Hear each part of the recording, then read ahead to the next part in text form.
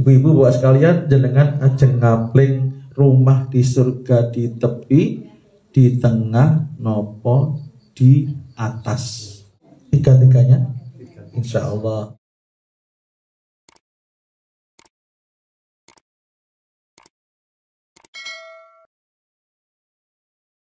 Malam hari ini saya akan menyampaikan tentang satu hadis Rasulullah, bahwa besok kita di surga akan dibangunkan rumah. Saelek-eleke omah surga iki ijih luwih apik tinimbang omahe Pak Presiden. Gak kualat aku. Satu hadis riwayat Abu Dawud tentang Allah akan membangunkan rumah di tepian surga, di tengah surga, dan surga di bagian atas dengan syarat nih. Ana za'imun bi baitin fi robabil jannah liman tarokal miro'ah wa in kana muhiqqan wa bi baitin fi wasatil jannah liman tarokal kadhiba wa in kana mazihan wa bi baitin fi a'lal jannah liman hassana khuluquhu. Aku menjamin manusia itu akan dibangunkan rumah di tepi surga, di tepi surga. Sekarang kan modelnya orang suka bikin rumah di tepi ya, di tepi bukit, di tepi sungai. Ini Allah akan menjamin, akan membangunkan rumah di tepi surga bagi siapa? Bagi orang yang meninggalkan, menghindari debat. Debat itu apa? Eyel-eyelan, engkel-engkelan. Nek cara wong Moyudan udrek-udrekan.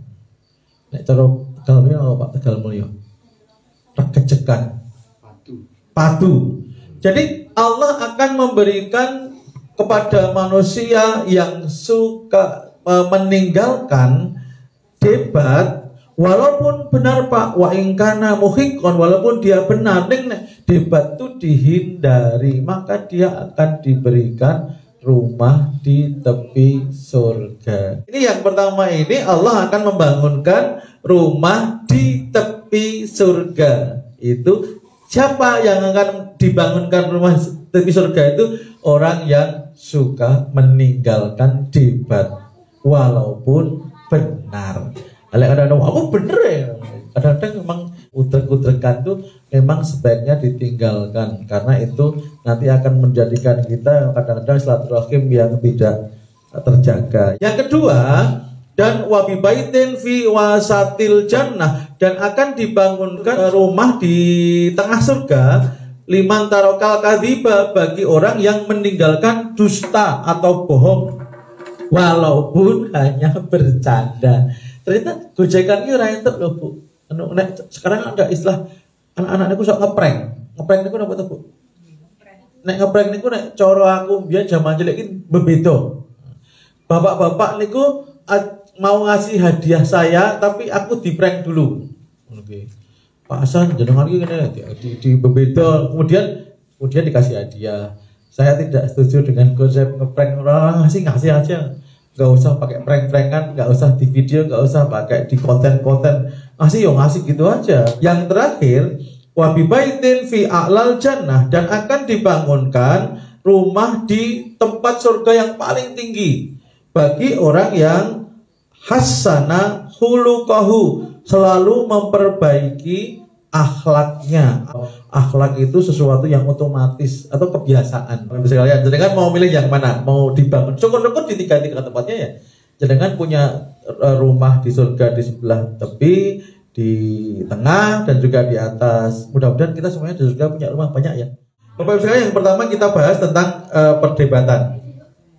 Kalau toh kita berdakwah, kita tidak boleh model debat-debatan, kecuali memang debat yang ilmiah ya. Debat yang terukur, pakai dasar, pakai pola pikir yang baik, dan punya tujuan mencari kebenaran. Orang golek menang-menangan Pak debat. Sing salah ki wong ki debat iki golek menang-menang. Nek debat sing bener niku mencari kebenaran bersama-sama, mencari titik temu. Kalau istilahnya Mas Aris itu mencari win-win solution. Jadi sama-sama menang. Dalam surat An-Nahl ayat 125, mari kita baca bareng-bareng. A'udzu billahi minasyaitonir rajim. Monggo. A'udzu billahi minasyaitonir rajim. Bismillahirrahmanirrahim. Bismillahirrahmanirrahim. Ud'u ila sabili rabbika. Ud'u ila sabili rabbika bil hikmati wal mau'izatil hasanah wajadilhum billati hiya ahsan. Shadaqallahul azim. Ajaklah manusia kepada jalan Tuhanmu, dakwah ini dengan hikmah. Dengan hikmah itu ya dengan ilmu, dengan pendekatan hati yang baik, wal mau'izatil hasanah, dan penjelasan yang baik. Jadi kita itu kalau menjelaskan itu yang baik, Pak. Kalau kita itu mengingatkan orang ataupun mengingatkan istri atau mengingatkan suami, jangan di depan orang lain. Bapak Ibu sekalian, suami istri nemui tamu, ada tamu misalnya, suami istri, kemudian saya bertamu gitu loh. Saya ngobrol sama suaminya, kemudian ada perbedaan pendapat. Ini loh mas, aku ngene. Kemudian istrinya ujung datang. Lah ngono ki lho mas, sing bener, jenengan sing salah. Nah, itu enggak boleh, Pak. Jadi saya ngobrol dengan suaminya, kemudian tentang kita beda pendapat. Nah ternyata istrinya itu lebih setuju dengan pendapat saya. Tiba-tiba dia ngetok wedang, lah ngene ki sing bener mas, jenengan sing salah.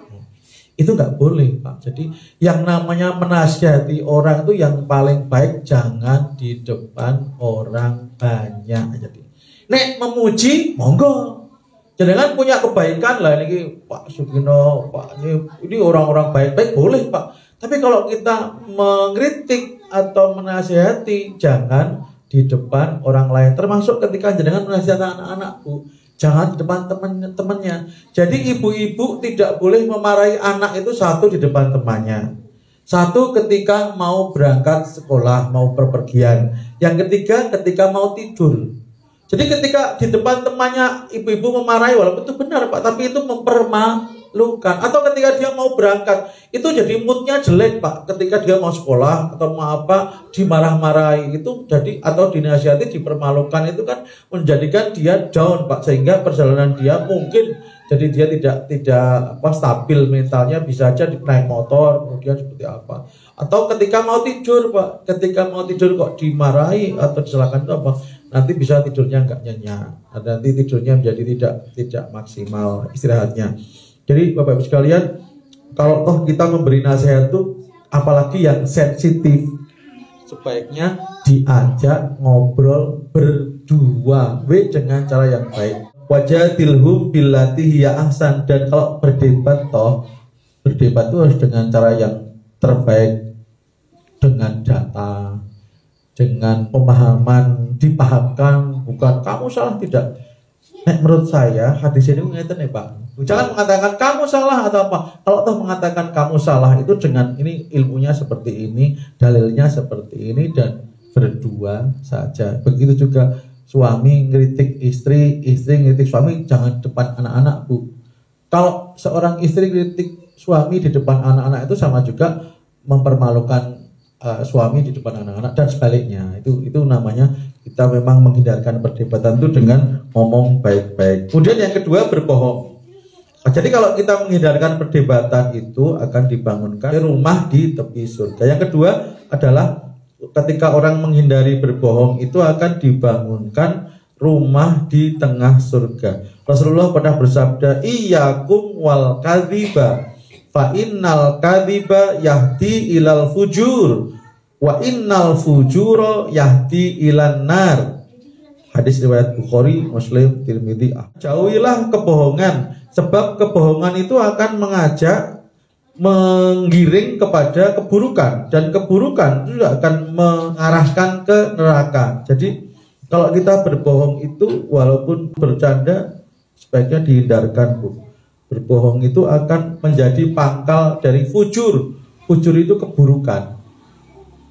Kalau orang berbohong biasanya akan ditutupi dengan kebohongan yang berikutnya. Nggih mboten, Bu. Saya pulang terlambat, sakjane ra rapat. Udah tanya istri saya, "Sekolah ngerti Mas, kok hari ini kok kondore telat?" "Oh, rapat." Satu kebohongan. Rapat dengan siapa? Dengan Pak Kamto. Padahal saya enggak ketemu dengan Pak Kamto setelah jam kerja.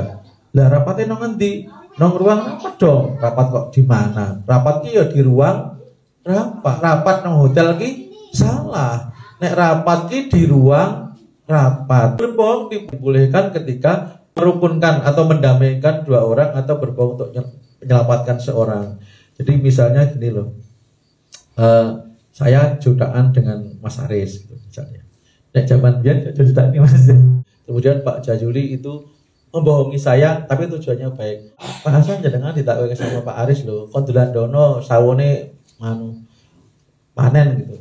Atau untuk menyelamatkan seseorang, misalnya ada orang dikejar mau dibunuh, "Pak, wonten wong mlayu niki." "Oh, enggak kok, enggak ada yang lihat sini tadi." Itu kan untuk menyelamatkan. Oke, tapi itu kan kasuistis, tapi dalam keadaan normal sebaiknya memang kita tidak berbohong. Oke. Kemudian yang berikutnya akan dibangunkan rumah di surga yang paling tinggi, yaitu bagi orang yang selalu memperbaiki akhlaknya. Akhlak itu apa? Kebiasaan. Kalau sholat itu sudah begitu mendengar adzan kita sholat itu kebiasaan. Itu sudah akhlak. Begitu besok mau korban, cenderung betul derek gitu. Jadi udah suatu yang otomatis. Jadi kebaikan itu kalau otomatis itu artinya akhlak. Nah, saya gue pikir suwe nimbang-nimbang terlalu lama, menimbang dan seterusnya, mengingat dan seterusnya, membaca dan seterusnya, memutuskan. Nah, itu suwe niku Pak. Dadak gue mengingat dan seterusnya. Sesuai dan seterusnya gitu Pak.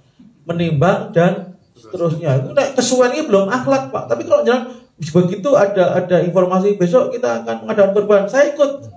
Karena ya jelas itu kebaikan kok tidak. Kalau itu suatu yang baik, nggak usah dipikir terlalu panjang. Ada hal kebaikan kita punya peluang langsung dan menjadi kebiasaan, itu akhlak Pak. Jadi kalau masih berbuat baik kok hanya sekali waktu, itu belum akhlak. Hanya nek kober, nek pengen, nek pas mudi tergantung mood. Kemudian yang terakhir bahwa akhlak inilah yang akan menyempurnakan keimanan kita. Akmalul mu'minina imanan ahsanuhum khuluqa. Sesungguhnya orang mukmin yang paling sempurna keimanannya adalah orang yang terbaik akhlaknya. Bapak Ibu sekalian yang saya hormati, ada 3 tawaran dari Allah untuk ngapling rumah di surga. Ibu-ibu bapak sekalian, jenengan ajeng ngapling rumah di surga di tepi, di tengah, nopo di atas. 3-tiganya insya Allah. Yang pertama, kita memesan rumah di surga bagian tepi dengan cara kita membiasakan tidak berdebat yang waton eyel-eyelan. Kalau toh kita harus berdebat, berdebatlah dengan cara yang baik. Kemudian yang kedua, kita memesan rumah di surga bagian tengah dengan cara menghindarkan perilaku berbohong.